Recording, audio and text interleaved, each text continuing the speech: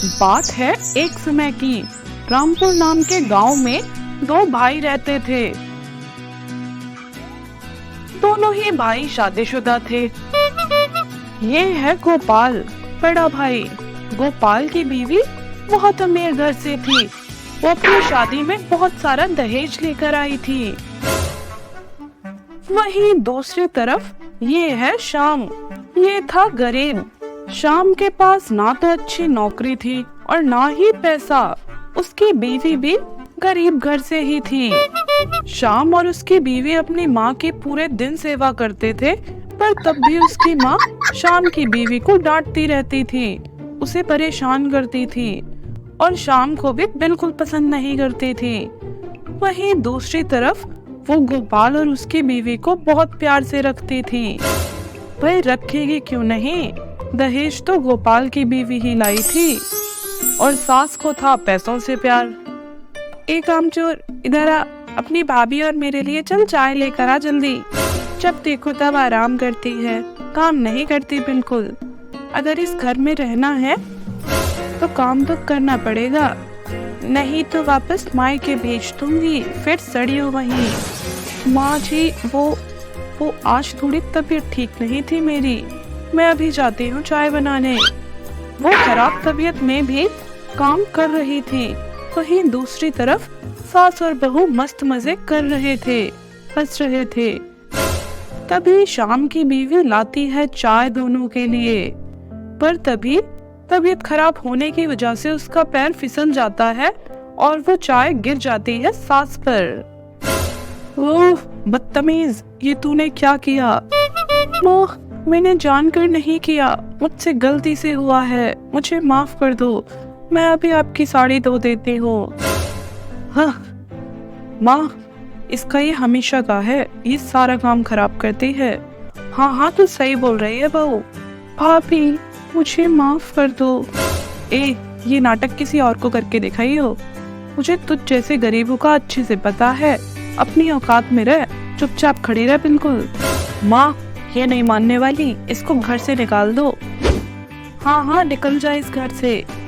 तभी श्याम भी आ जाता है और साथ में गोपाल भी अपनी बीवी की बातों में आ जाता है और वो तीनों मिलकर श्याम और उसकी बीवी को घर से निकाल देते हैं।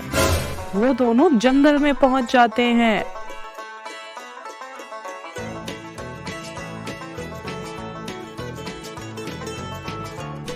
और थककर एक पेड़ के नीचे बैठ जाते हैं। अब हम कहाँ जाएंगे? हम पर ना तो पैसे हैं ना घर, क्या होगा हमारा? मुझे तो कुछ समझ नहीं आ रहा। अरे तुम रो मत, परेशान मत हो, मैं कुछ कर लूंगा, लेकिन तुम्हें परेशान नहीं होने दूंगा। उनकी बात सुनकर वहाँ पर एक बहुत बूढ़ी औरत आती है। बेटा, कुछ दे दो मुझे, कई दिन से कुछ नहीं खाया है। माताजी, हम पर इस एक सेब के अलावा कुछ भी नहीं है, आप यही खा लीजिए। वो बूढ़ी औरत वो ले लेती है और उसके बाद वो बदल जाती है एक परी में, एक जादुई परी। वो दोनों ये देखकर हैरान हो जाते हैं। मैं तुम दोनों से खुश हुई, तुमने मेरी मदद करी, बदले में अब मैं तुम्हारी मदद करूंगी। वो उनका एक जादुई घर बना देती है बहुत सुंदर सा, और वो उनको जादुई बीज भी देती है। तुम इन बीजों को उगाओ और जो खेत में उगे उसे बेचकर आराम से रहो यहाँ। वो दोनों बहुत खुश हो जाते हैं। उनके पास अब घर भी था और खाने को अनाज भी। ऐसे ही कुछ दिन निकलते हैं और वो दोनों बहुत अमीर हो जाते हैं। और दूसरी तरफ गोपाल की बीवी बहुत ही ज्यादा घमंडी और अकड़ू थी। वो घर का कोई काम नहीं करती थी। और अब आई सास की शामत। बड़ी बहू सारा काम अपनी सास से कराती, क्योंकि पहले तो सारा काम शाम की बीवी करती थी। अब तो सब सास को ही करना पड़ रहा था, झाड़ू पोछा खाना सब कुछ। और उसके बाद भी जब बहू का मन ना बढ़ता तो वो ताने भी मारती अपनी सास को। एक दिन उसकी सास बहुत बीमार हो जाती है और उसका डॉक्टर का और दवाई का खर्चा बचाने के लिए उसकी बड़ी बहू से भी घर से निकाल देती है। निकल जाओ मेरे घर से, यहाँ कोई जगह नहीं है अब फालतू लोगों के लिए। बेचारी बूढ़ी माँ भी जंगल की तरफ चली जाती है। चलते चलते उसको बहुत भूख लगती है। उसको एक घर नजर आता है। वो वहां जाती है। उसमें से निकलता है उसका बेटा। वो अपने बेटे को देखकर रोने लगती है। बेटा, मुझे माफ कर दे। कोई बात नहीं माँ, आप अंदर आओ। वो उसको अंदर ले जाता है और तभी आती है उसकी बीवी।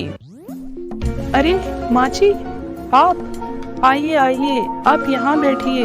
वो फटाफट जाती है और उसके लिए बहुत स्वादिष्ट खाना बना कर लाती है।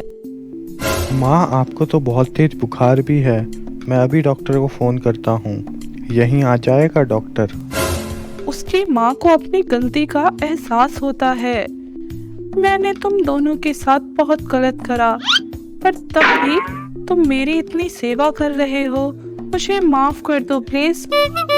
अरे अरे माँ, कैसी बात कर रहे हो? हम आपसे कभी नाराज थे ही नहीं। ये आपका ही घर है, आप हमारे साथ रहो। और उसके बाद वो तीनों खुशी खुशी रहने लगते हैं। तो दोस्तों, कैसी लगी आपको हमारी आज की ये कहानी? हमें कमेंट्स में बताइए। और ऐसी ही मजेदार कहानियाँ रोज देखने के लिए जल्दी से चैनल को सब्सक्राइब कर लें। मिलते हैं आपसे एक नई कहानी के साथ। बहुत पुराने समय की बात है। एक गांव में राधा अपने परिवार के साथ रहती थी। वो बहुत गरीब लोग थे। उसके पिता खेती करते थे। राधिका बहुत ही शांत और नेक दिल की लड़की थी, लेकिन बदकिस्मती से वो बहुत ही काली थी। लोग उसके कालेपन का बहुत मजाक बनाते थे। राधा बेटा, जा बाजार हुआ, घर में सब्जियां खत्म हो गई हैं। जा बाजार से कुछ सब्जियां ले आ। माँ, मैं नहीं जाऊंगी, आप ही जाओ। जाना बेटा बाहर, जल्दी ला, मैं और काम में व्यस्त हूँ।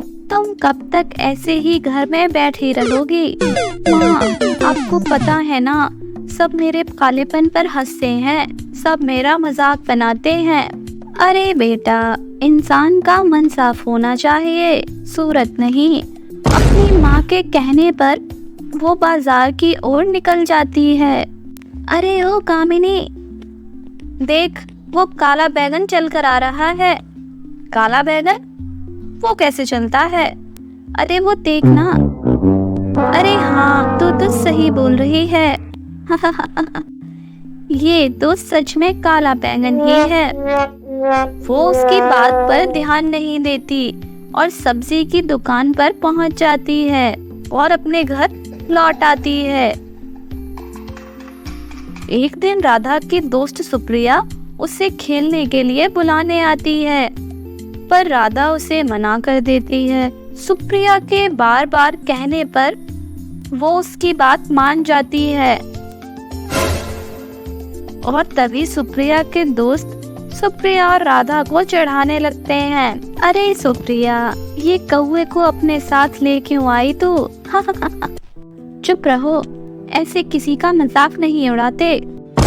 वो सब उसे काला कौवा कहकर चिढ़ाते हैं। राधा वहाँ से रोते रोते भाग जाती है और एक पेड़ के नीचे जाके बैठ जाती है। तभी उसे एक बहुत सुंदर सी चिड़िया दिखाई देती है।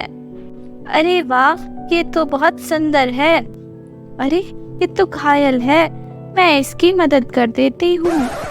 वो उसे खाना खिलाती है, पानी पिलाती है। तभी वो चिड़िया एक बहुत ही सुंदर सी परी में बदल जाती है। ये देखकर राधा चौंक जाती है।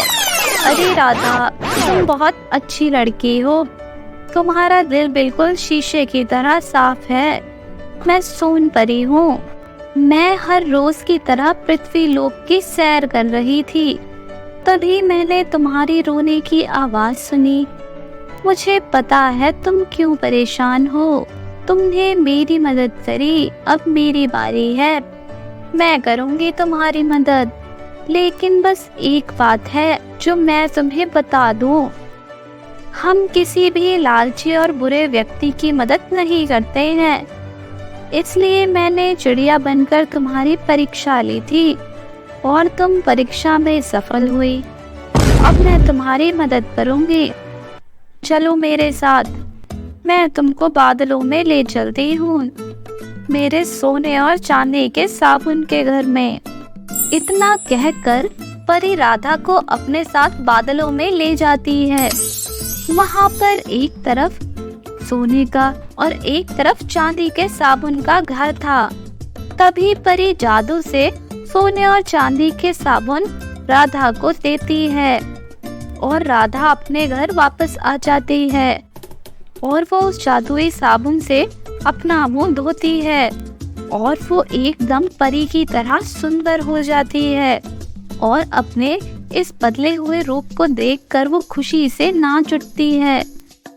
उसके इस बदले हुए रूप को देखकर उसकी माँ भी बहुत खुश हो जाती है और वो सारी बात अपनी माँ को भी बताती है और वो खुशी खुशी रहने लगती है। तो दोस्तों, अगर आपको हमारी वीडियोस पसंद आ रही हैं तो जल्दी से इस वीडियो को लाइक करो और चैनल को सब्सक्राइब करो ऐसी ही जादुई और मज़ेदार कहानियाँ रोज़ देखने के लिए।